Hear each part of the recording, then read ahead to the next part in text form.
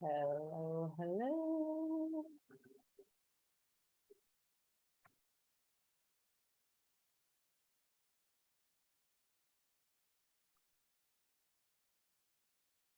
Say hi to me as you're popping on, so I know you're here.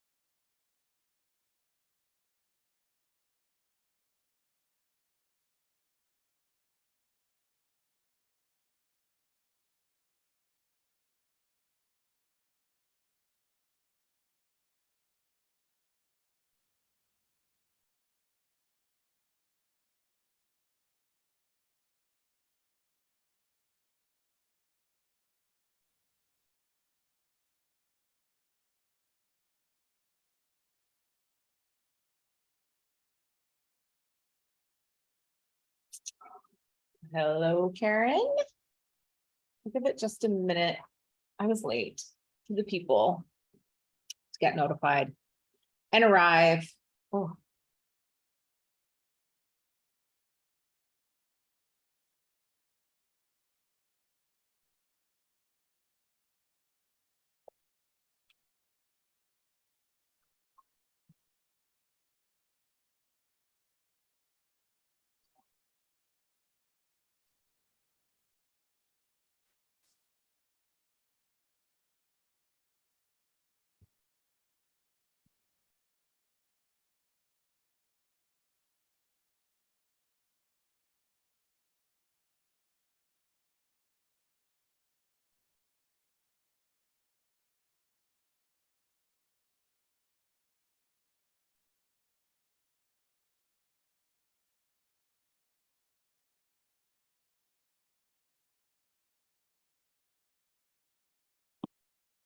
hey, I'm on a live stream. Are you on Yeah, I'm on a live stream. a live stream? Yeah. Okay. Yeah.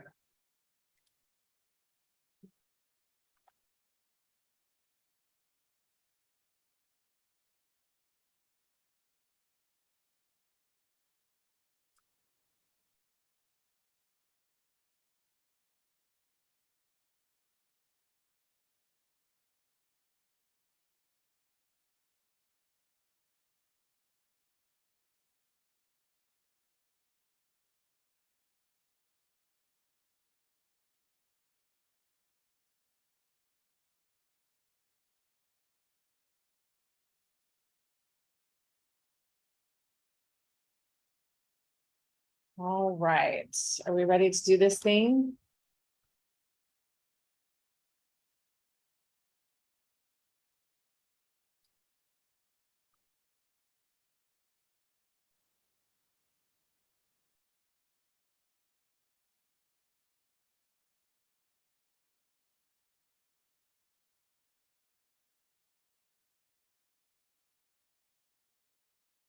Hey, hey.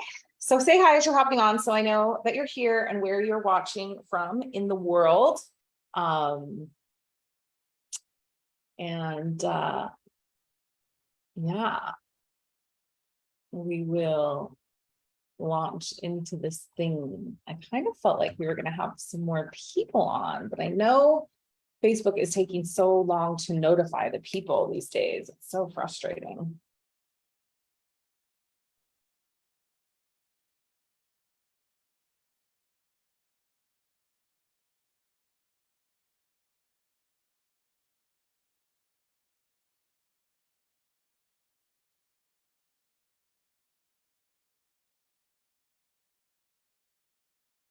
Oh,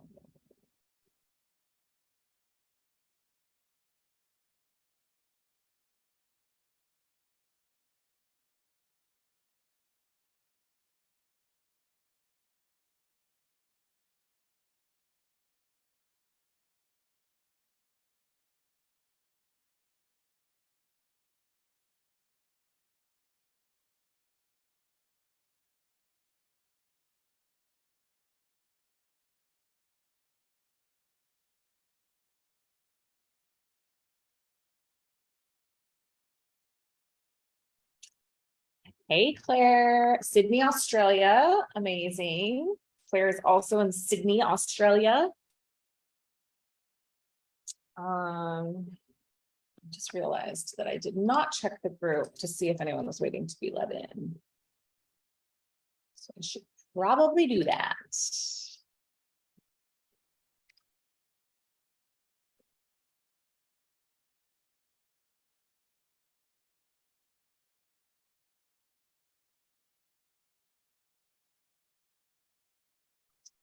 Okay, cool.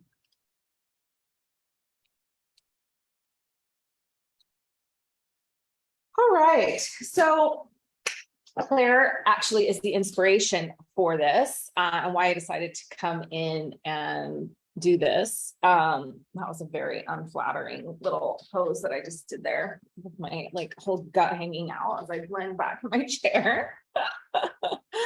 I thought I was gonna be able to come home and shower, but I took a longer time on my morning walk. So you're getting me in my walking gear, unshowered. So Claire is one of my Master Wealth Alchemy apprentices. And she is one of the co-facilitators of Master Your Spiritual Money Game and Ouroboros with me. And so I think she's going to be sharing her story in this group as well. So you'll get to know her more in the coming weeks as we're sharing more and more information in here. And I'm so glad that you're all here. Like, we're really excited. We've kind of begun this, 2-month journey to Ouroboros. Ouroboros actually starts in just over 2 months. The next round of Ouroboros, our 6th round. And we've got a lot of like really cool, exciting things coming up, and the majority of them will be facilitated in this group. So, but we have an alumni chat on Telegram, and Claire and Laura and I, who is my other co-facilitator in the programs, have been dropping in there like every day, just, reflecting, talking about our money stories, talking about where we are right now, talking about growth and expansion when it comes to money, wealth, and abundance. And so Claire yesterday shared something about like where she was a year ago, this time a year ago, where she was, and like how big her expansion has been in just 1 year, and like how much can change in 1 year. And it inspired me to come in here and actually share my full money story. So I've shared my money story in pieces over the years. And I think even in Ouroboros, there's a version of my money story. I think I did it in my Your Excuses Are Bullshit class, actually. And then we ended up sharing it into Ouroboros. And it was a 2-part thing as well. But it was, I think everything that I was comfortable sharing at that point. And that was probably coming on 4 years ago. And so there's been so much that's happened in my journey over the last 4 years. Even the last 6 months, I feel like I've had massive growth and change in relation to wealth and how I see wealth. And so it just felt like it was time for me to come and share my money story, and to share that with the fullness that I'm able to share at this point, I guess, which will be very different than where I was 4 years ago, certainly, because I'm an entirely different person. And I've worked through so many other like patterns and so much programming, and it's just like I have this ability to just share, I think, in such a deeper way and at in a deeper level. So that's what we're going to be doing today. I call this like part 1, the programming and the fuckery or something. But yeah, so I want to just kind of share from a birth to, I don't know, however long we can get in the next 40 minutes, because I have a call with my wealth alchemy practitioners at 10 o'clock. But however much I can get through, I'm going to share today. And yeah, and then we'll continue on tomorrow with part 2. And that'll be the real juicy stuff, because it'll be all the recent things. But yeah, so, and what's the purpose of sharing this? Well, the purpose of sharing this is because I want you to see, one, I want you to know more about me, right? This is my group. I want you to understand like how I got to this place, who I am at a deep level. It's important for me that my community feels that I'm like open and transparent with them. And so, it's partially that. It's also that I want you to understand who I am and what I've been through, because I think that's how you develop resonance with me.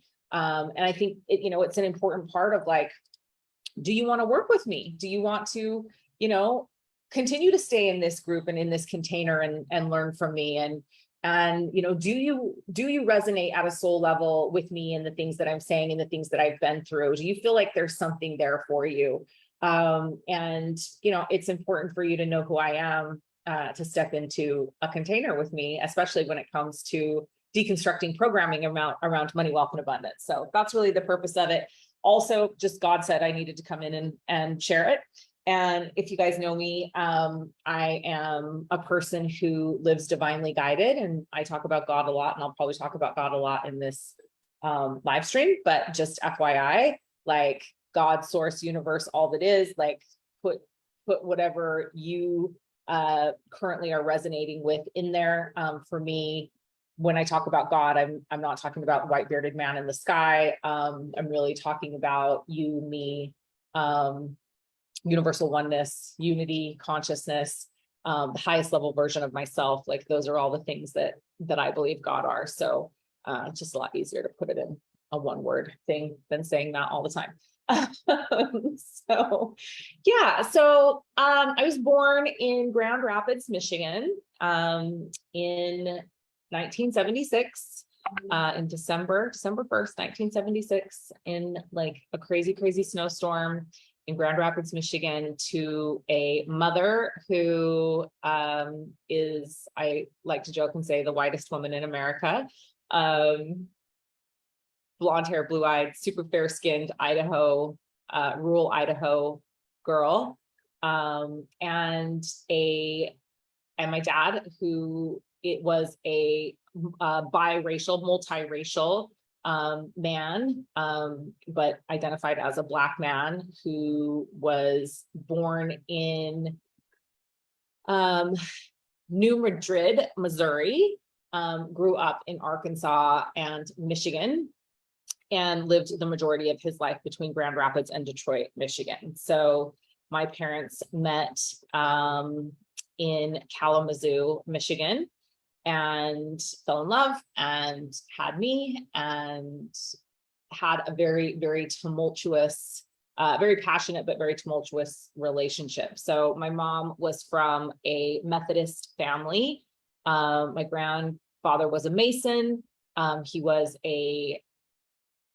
first a math teacher and a high school football coach that went on to become a principal and then the superintendent of schools in Idaho. And my grandmother was a music teacher and an English teacher.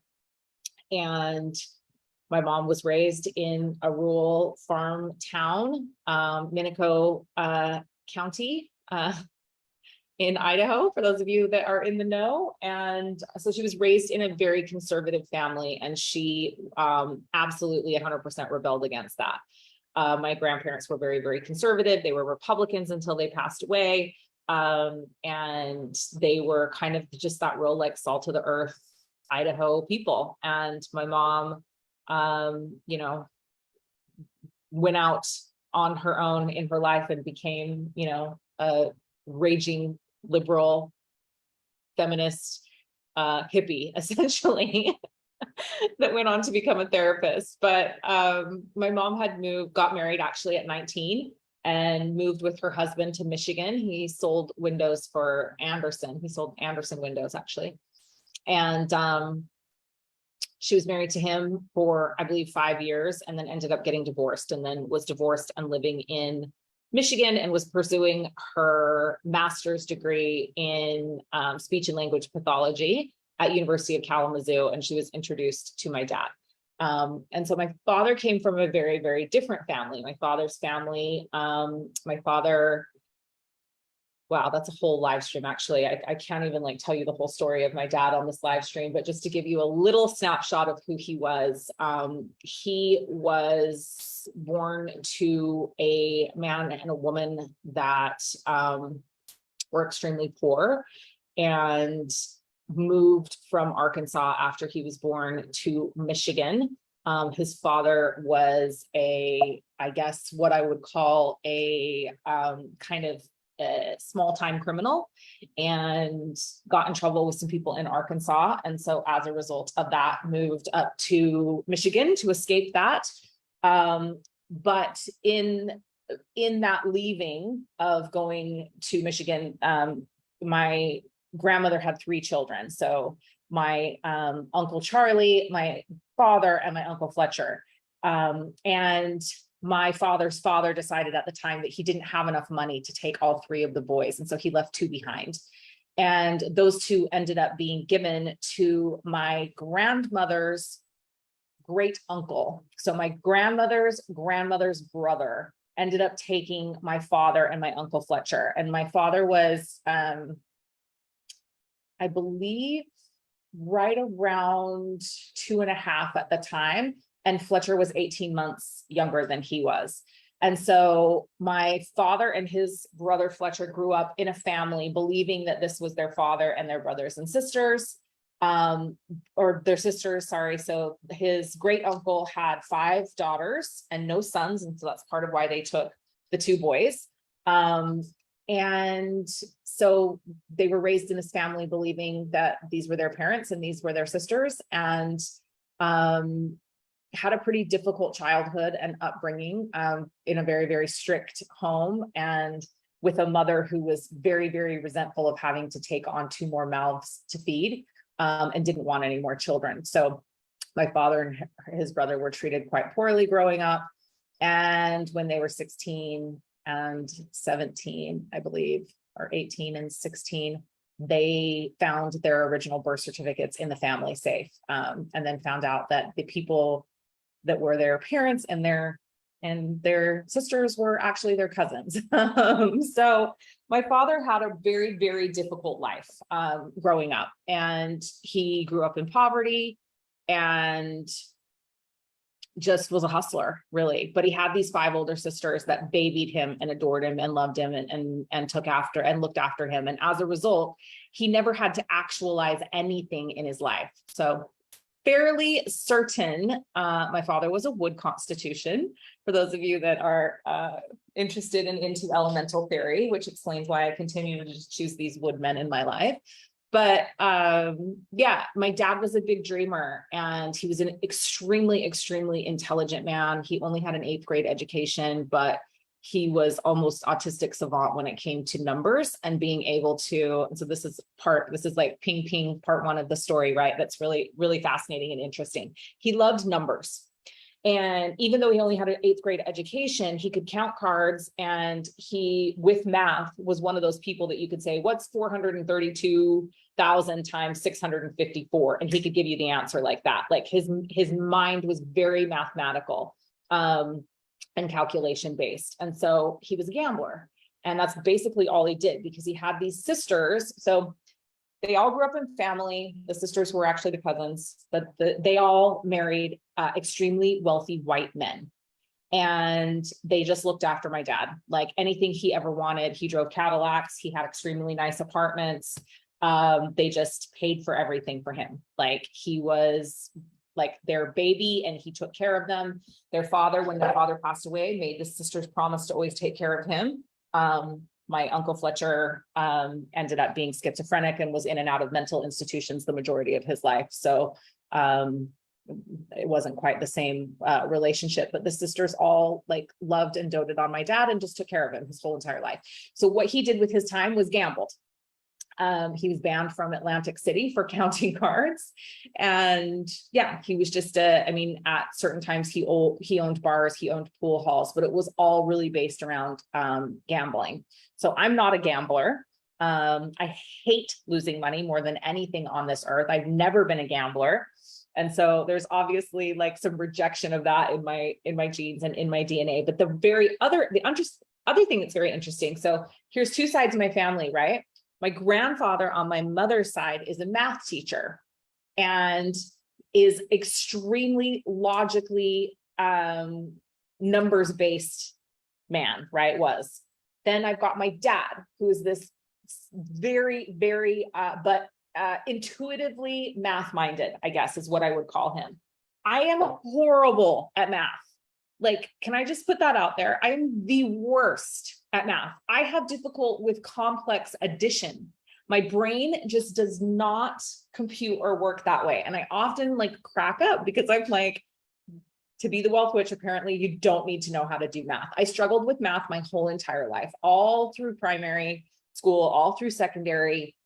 Like math was and always has been extremely difficult for me. My brain does not compute. Like I struggled so much with long division. So thank God for calculators, because it just like that, I did not get those genetic gifts. But something that's interesting here is that I don't know that my father was logically math-minded. He may have been intuitively math-minded, and that may have been why he was able to do all of those things. I have a thing with numbers, but it's a visual thing. So, and this isn't the case anymore because I don't manage the day-to-day finances in my business, but when I was doing all of the financial management in my business, at any given time, we have between 70 and 100 people on payment plans. There was a time in my business where I could have told you what every single person's payment plan was, because I really would only need to see it once or twice to have it make an imprint in my mind. So I have a bit of a photographic memory when it comes to numbers. So while I struggle with addition and subtraction and math of any kind, I do have some kind of interesting visual affinity for remembering numbers. So that little fun factoid about me there and my poor math skills. But math was always a struggle. And I think that has a lot to do with my relationship with money, because I always struggled.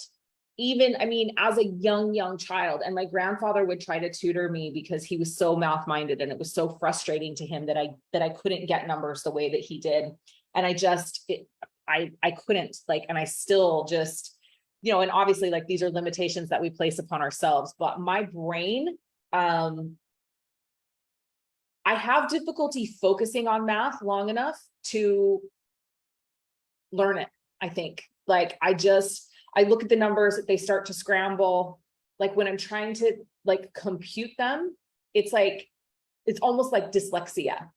But when when they're just there and it's just something that I'm looking at, I have the ability to retain, if that makes sense.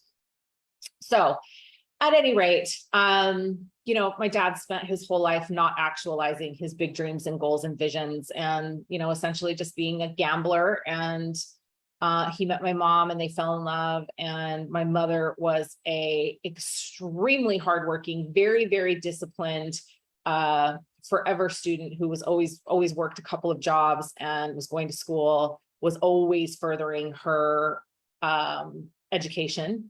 She was a huge, and this was just going to be my story, but I guess I have to tell you part of my parents' story to understand where I came from and who I am. My mom is one of the most disciplined, hardworking women that I know. She has the most incredible work ethic. And she was a forever student. So she always was learning and growing and expanding and wanting to know more about the things that she was interested in. She has several master's degrees. She did not end up getting her PhD in speech and language pathology because she married my dad, and didn't marry my dad, but they were common law married. She met my dad and then she had me. So she didn't actually end up, she did all but her dissertation. And so she didn't end up actually receiving her PhD.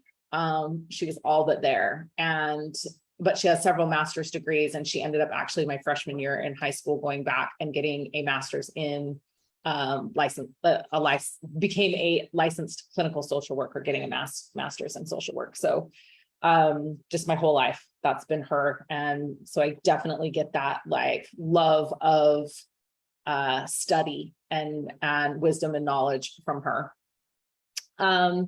So, my parents did their thing. And when I was 2, my mom left my dad and ended up moving back to Idaho with me. And we moved back into my grandparents' house. So both parents, alcoholics, drug addicts. And that made for a very volatile, tumultuous relationship. My mom was a heavy drinker and drug user until I was 5 years old when she got sober.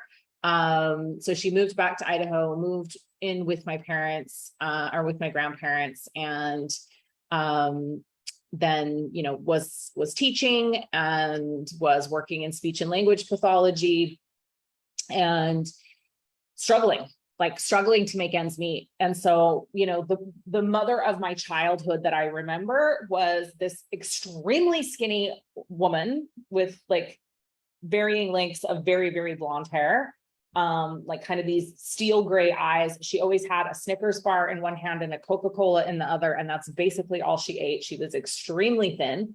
And she was always working. She worked multiple jobs to make ends meet. She was very, very passionate about providing a life for me that she believed that I deserved. She wanted to give me a different life to the one that she grew up in. And that was always really interesting to me because her life was extremely stable. Her life that she grew up in was extremely stable, both financially and,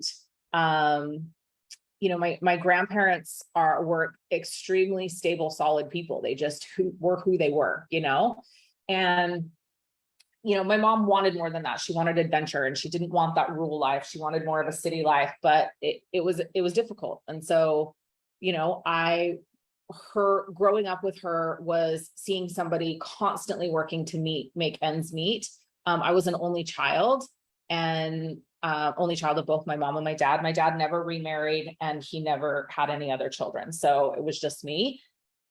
And that was really lonely because my mom worked all the time. I was a latchkey kid. I started walking home from school alone at 5 years old.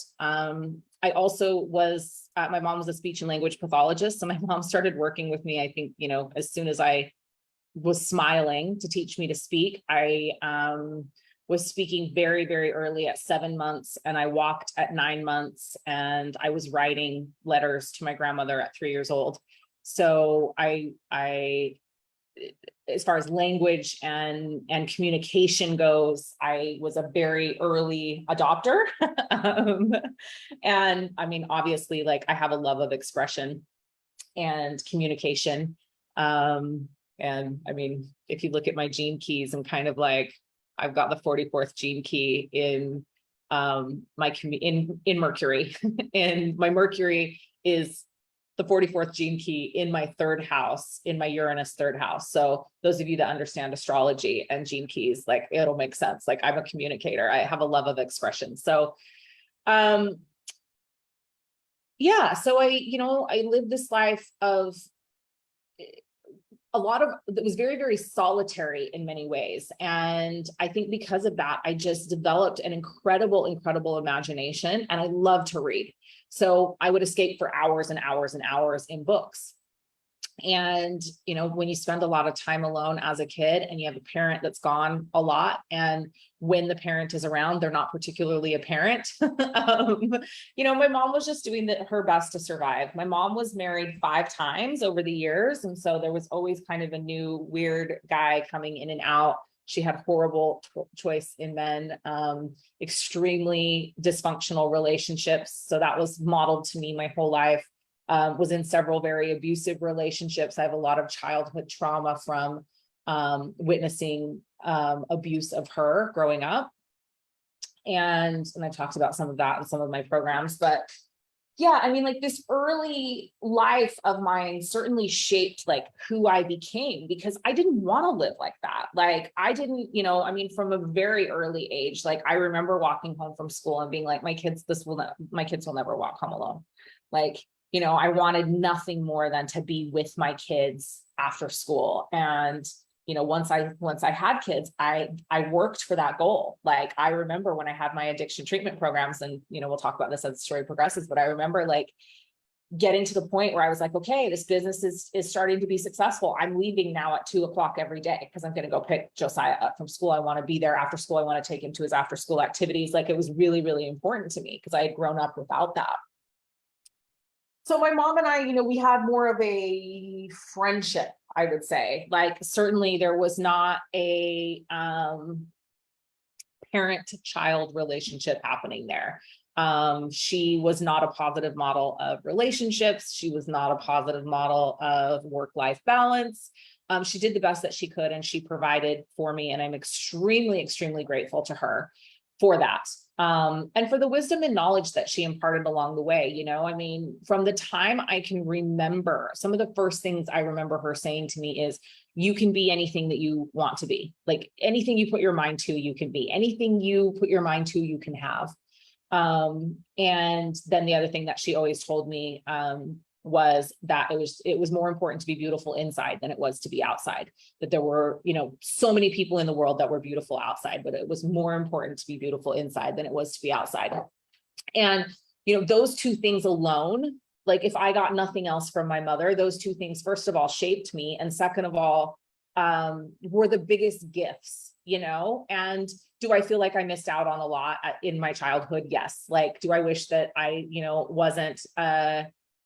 didn't have to observe abuse and feel like I was neglected a lot of the time? Yeah. But, you know, I mean, the reality of the situation is parents are just doing the best that they can, you know, for the most part. And I really, truly believe that my mom did the best that she could, 100%.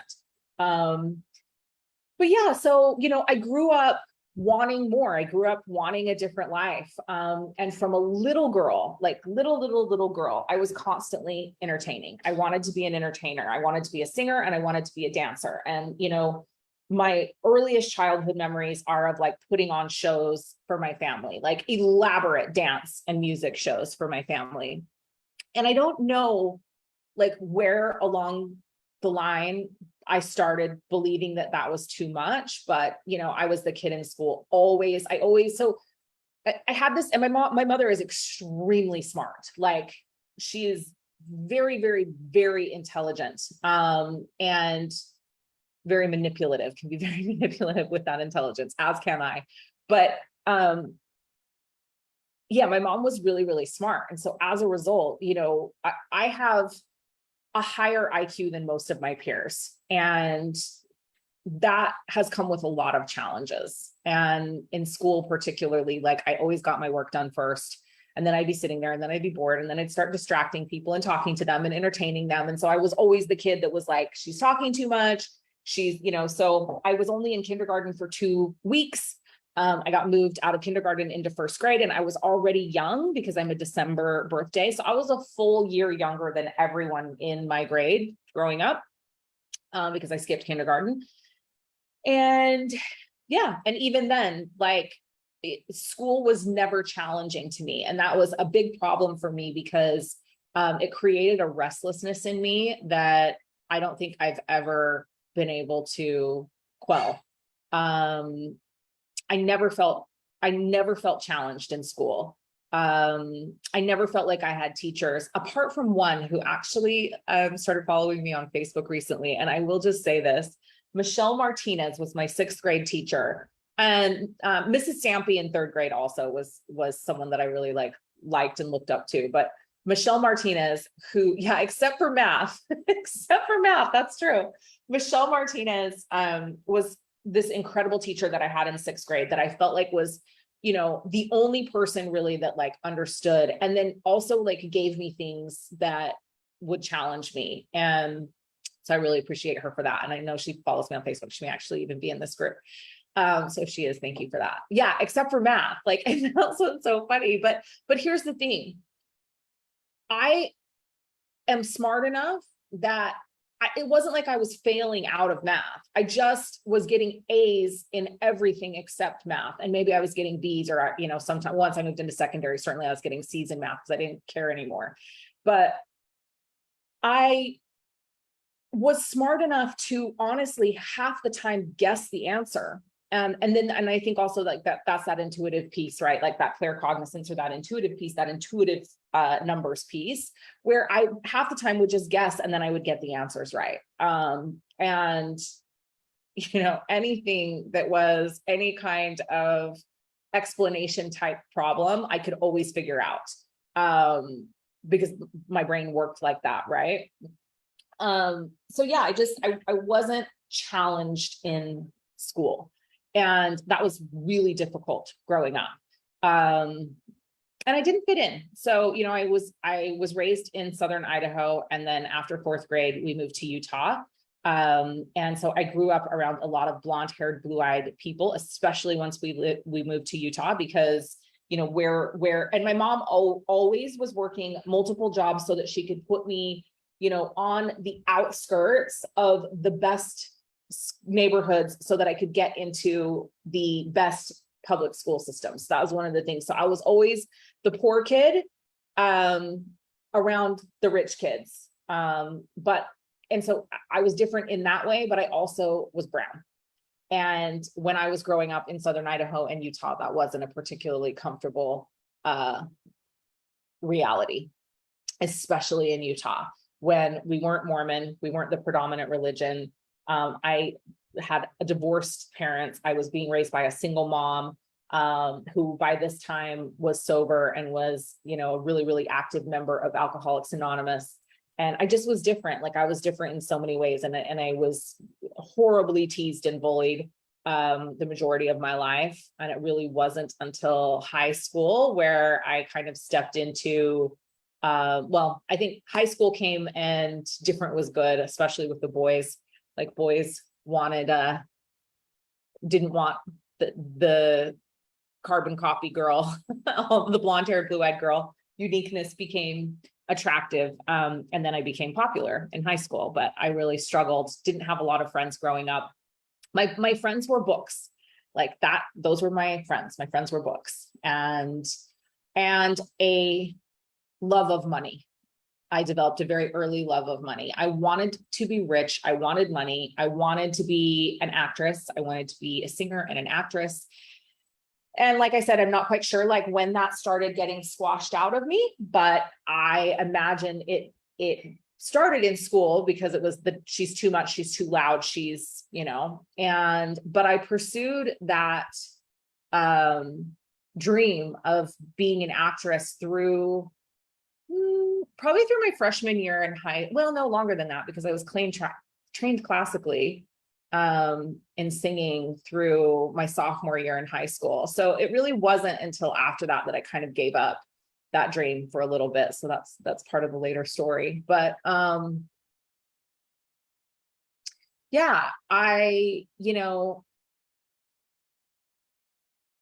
had this great friendship with my mom, but not particularly parent relationship. I wasn't given any modeling. I wasn't given any advice on really even how to do life. And she was very absent in my adolescent years in that way. And a lot of unfortunate things happened to me because of that, because of not having that information and not having that wisdom. And I had to learn a lot of things the hard way. And that really sucked. But, so I go to high school, and my mom's still working. And my freshman year in high school, my mom decides to go. So my mom gets divorced again. And by the way, my mom always took care of all of her husbands. So I repeated that pattern as well. My mom took care of all of her husbands, and she was the primary breadwinner. And the guys were like always having difficulty actualizing. So that was, definitely that was modeled for me. But she got divorced in between my 8th grade and my freshman year in high school. And then my freshman year in high school, she went back to school. She was tired of struggling financially. She was like, all right, I'm over this. And then we weren't living in a 2-income house anymore. So she went back, and that's when she got her master's in social work. So for the first few years of high school, my mom was working, doing a practicum, and in school. So again, I just was by myself like 90% of the time, not 95% of the time, probably I was alone again. So something that's, really interesting and fascinating is, so I went to East High School in Salt Lake City, and my freshman year in high school, I met this kid, Brett Sheen, who I fell in love with. And he was my first love, and I lost my virginity to him, and we dated off and on all through high school. And he is now living in Bali with me. So we, you'll see him like through the story, but he also was raised by a single mom who was extremely absent We basically had been living like parallel lives up until the point that we met. And, it's an interesting piece. We're going to record, an episode of the podcast and kind of talk about our journey. So you'll have to look out for that. But, yeah, it was like that relationship certainly, has, and always has been like very magnetic. Like I really, if I don't think I believe in twin flames or soulmates, but I do believe that there are people that we live many, many, many lifetimes with, and those that we're supposed to be within this lifetime. And while we've kind of done this and come together and gone apart and come together and gone apart, like I think now for many, many reasons, I think we finally figured it out. So as some of you know, I have recently been through a divorce, and then reconnected with Brett. And after not speaking for like 10 years, 11 years, 12 years, I don't even know, somewhere around there. And he's now moved to Bali, and we're getting ready to move in. Well, he's living with me in my house now, but we're getting ready to move into our own house here in a couple of weeks. So everything there has kind of come full circle, which is an interesting dynamic and part of the story. Definitely. Also a wood constitution. All the woods, all the men in my life are wood constitutions, I'm pretty sure. I think that's just the reality of the cards I've been dealt. So yeah, so Melissa, so those of you that have been following me for a long time and you haven't been like in the spaces, especially in the paid spaces, I've been talking about it, but not so much publicly. Yeah, so but high school for me, what did that look like? Well, I again was at a school on the Upper East Side of Salt Lake City, surrounded by rich kids. So Brett and I were the poor kids, surrounded by the rich kids. And so as a result, like I was always working, like same as my mom. I got my first retail job at 13. And after that, I was always working at least one job, but often two retail jobs, because I wanted money, because I wanted to be able to provide for myself, because I wanted to be independent. And I wanted to do life and money differently than the way that I saw my mom doing it. However, I had only been modeled one way of doing it. And so as a result, I just basically stepped into that model, which was work, and making money had to be hard, and you had to work extremely hard to make money. And so my limiting beliefs around money were anchored in, God, this might end up having to be a 3-part story. We're already like an hour in, and I'm like, I'm only to high school. So, but yeah, so I worked all through high school. High school again was a huge struggle. I was so bored. I wasn't intellectually challenged. The one thing that I will say about Brett though is that he is probably the only person in my life, friend or family that I've met that's more intelligent than I am. And I say that not to brag. I don't say that to be like, oh, I'm so smart, look at me. But it has been something that's been really difficult for me my entire life. And what ends up happening is, as a result of that, everybody sort of looks up to me. And then like, I feel like I don't have that sounding board or that true colleague. I guess Michelle Patrick would be another person that I feel like we have intelligence in different areas, but that I would feel like is kind of on par with me in that way. But Brett's the only man I've ever dated that's smarter than me.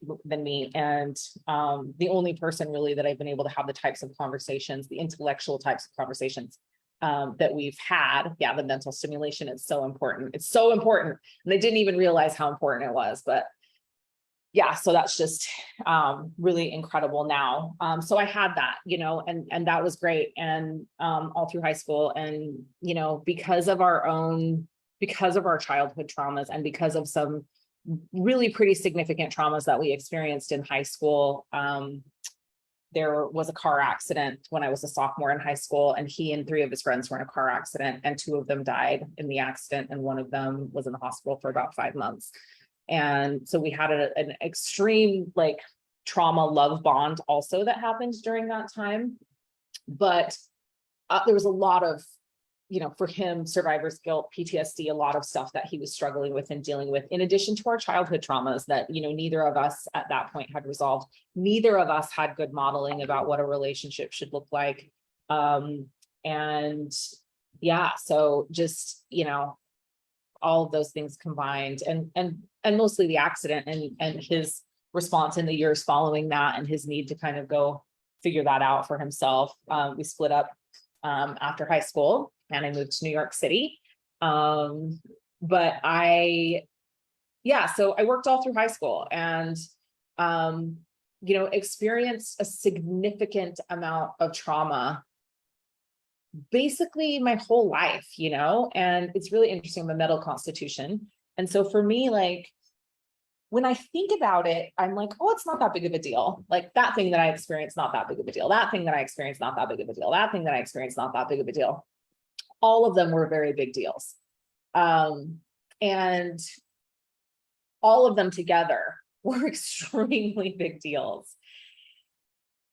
But for me, like, all I wanted was to have money, be comfortable, feel safe, stable, and secure. It's all I wanted, because it was the thing that I had never felt my whole entire life, was safe, stable, and secure. And in my mind, I began to make associations, particularly in high school. Brett and I had, one of the friends that died, actually, his family was like, we idealized this family because the dad, owned a food distribution company, and they were extremely wealthy. And the mom, was a stay-at-home mom, and she had these 4 boys, and, they all went to church together on Sunday, and she insisted on them being home to eat dinner. And like, they had this life that seemed so incredible. And it was like safety, stability, security. And I think both Brett and I, I know we both idealized that. And I was always searching for that.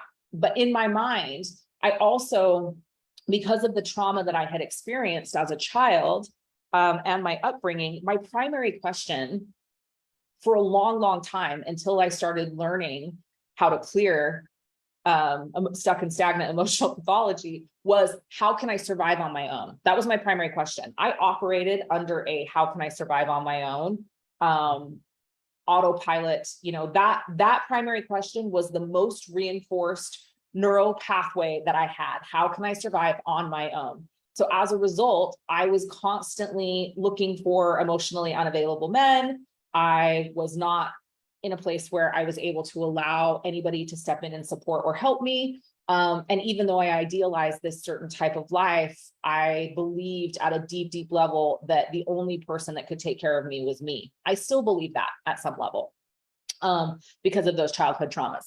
And I don't think there's any amount of healing or work or emotional clearing that we can do to really, truly get rid of those primary questions that we form as children. Like, can we start to create healthier habits and behaviors and engage in healthier relationships and work on that stuff? Yeah, absolutely. But at the end of the day, will I ever fully lose the only person that can truly take care of me is me? No, I don't think so.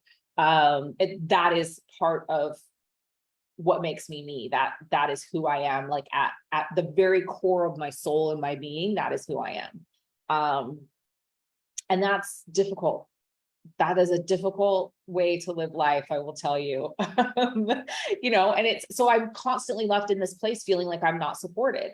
And it's very difficult for people to support me. You can just ask my team. It's very difficult.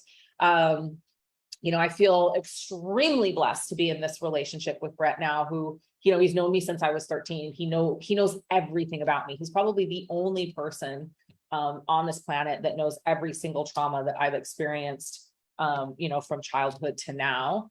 And, when we got back together this time, it was interesting because it was like a bit of a confessional where I was just like, and then this happened to me, and then this happened to me, and then this happened to me. It was almost like I was trying to tell him to push him away. And then every time I told him, it was like, we got closer. Everything I told him, we got closer. So it's really incredible to have that now, but it's still who I am. Right. And, I'm still the breadwinner, and I don't know that I'll ever not be the breadwinner because I feel safety in that. So growing up, it was all and as I, so through adolescence and then when I go out into the workforce and I start really working, which was at 16, by the way. I left high school early. I didn't graduate from traditional high school. I left high school and went to college because I was so bored and I couldn't handle it anymore. And after Brett left, I was like, I didn't really want to be at school anymore. And so I left and went to college, and I started working full time for a Japanese import and export company, really starting to understand like business at a high level. And, again, it was just about making money, making my mark, creating safety, stability, and security. And I think, around that time of like 16, 17 years old, I started giving up on the dream of being an actress and a singer, because I wanted to make money. And I was like, look, like I will make money so much more quickly and I'll create this safety, stability, and security that I long for and I desire so much more quickly in business. And so that's what I did. I went into business. So I guess I'll leave it there. I can't believe this is definitely gonna have to be a 3-part story. I'm only two. So essentially where we are right now, someone may have to remind me, is graduating high school and then getting ready and moving to New York. So I packed up everything I owned at 19 and moved to New York City by myself. And I'd only been there once in my life. So it was my first massive relocation, which I've done several times in my life. But so that's part one. And look,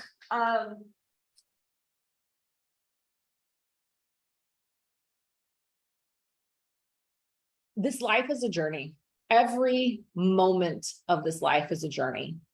And there is so much abundance all around us. Like, I'm so happy that you're here in this Revolutionary Wealth group. And thanks for, being here and listening to my story. Feels like liberating and freeing, just kind of like putting it all out there. And it gets really freaking crazy and intense now. Once the New York City days start, that's when it starts to get juicy. So,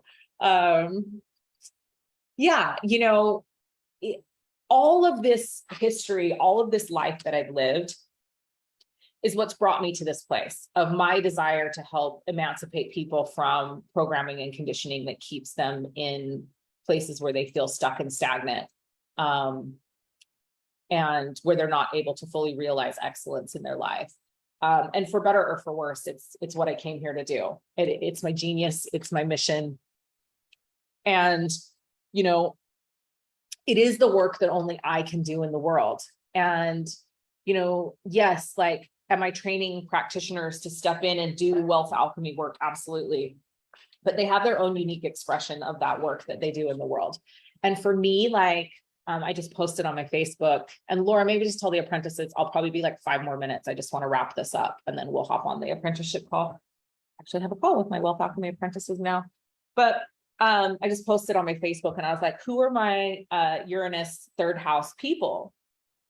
And our Uranus placements are, what we're here to create. And what we're here to innovate. It's our originality, it's our ingenuity, it's our individualism, right? That's our Uranus placements in our chart. And, for better or worse,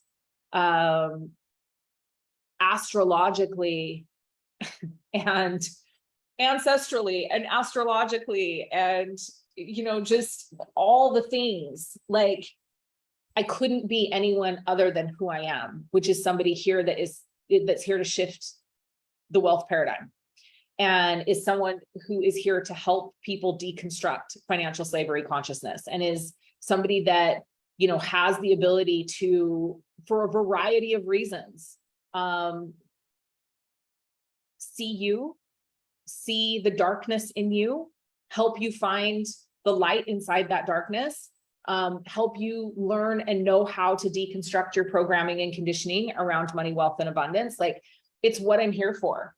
It's what I was made for. It's what I was sent to this planet for. And there's nobody out there that can do that like me.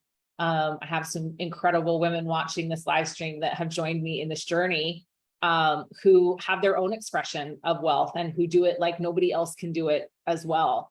But, and I share this with you to say that I'm in a transition in my life as well, where I'm going to be moving more into one-on-one mentorship, and then teaching and facilitating the teaching of my practitioners. So, we're getting ready to step into this next round of Mastering Your Spiritual Money Game, which starts August 17th. And then Ouroboros, the next round of Ouroboros, which starts October 10th. And this is going to be the last time that I'm actually going to be facilitating this work the way that I'm going to be doing it in these containers. So it is kind of a last chance opportunity to work with me in this way. And, it's what I'm built for. And I know that now my job is to teach those that are meant to go out and teach it. But what I have and the work that I do in the world and how I do it is pure magic. And I can't wait for this next round of Mastering Your Spiritual Money Game. I can't wait to teach you all of the things I've learned over the last couple of years since this content originally came out. I can't wait to step into a whole new level of expansion and growth and change and, bring the full elemental perspective into Ouroboros this round. Like, the next 6 months for me are just going to be pure magic of being able to be in that thing that I love to do so much, which is teaching and transmitting and shifting people, through education and emotional clearing, but also through my transmission. So now is the time to take advantage of that. Like, now is the time to jump on these offers, because it's the last time you're going to be able to work with me this way. And so if you haven't done any of this wealth work with me, there's a really incredible opportunity. There's a bundle that we've just released that enables you to do both Mastering Your Spiritual Money Game and Ouroboros for just the price of Ouroboros. You basically get Mastering Your Spiritual Money Game for free. So it's $3,333, and there are incredible payment plans available. So hopefully Laura can drop the link here in the Facebook group for you in the comment section for the bundle. And if you're alumni, come back and join us. Like, I can't stress this enough. Like, Stephanie, this is your green light. You better get your ass in there. There's such a part, like, I want all my alumni there this round with me, because this is my last round of facilitation. And yeah, like, I'm so excited about this. And for those of you that are looking to do deeper mentorship with me, I do have a couple of opportunities right now for 12-month mentorship, and it brings you into VIP access with me in all the Wealth Alchemy programs over the next 12 months. And then one-on-one Telegram access to me, and also a one-on-one journey through alchemical wealth with me. So if that's interesting to you, like I said, there's only about 10 spots of these available. And we will be, releasing these as we're going through the Ouroboros launch. But if you already know that you want in on this and you want to work with me at the highest level when it comes to this wealth alchemy work and expansion, and mentorship, then just send me a private message, because I would love to have a chat with you and see if that's actually a fit. It is a mid-5-figure investment. And yeah, but it's going to be an incredible year-long journey that will absolutely catapult you to 7 figures and beyond. I can tell you that for sure. Yeah. So Stephanie got her green light this morning. Yay. Well, that made this live stream all worth it. Even though you probably got it before this live stream. All right. Well, I love you guys. I'm going to hop off and go teach my apprentices.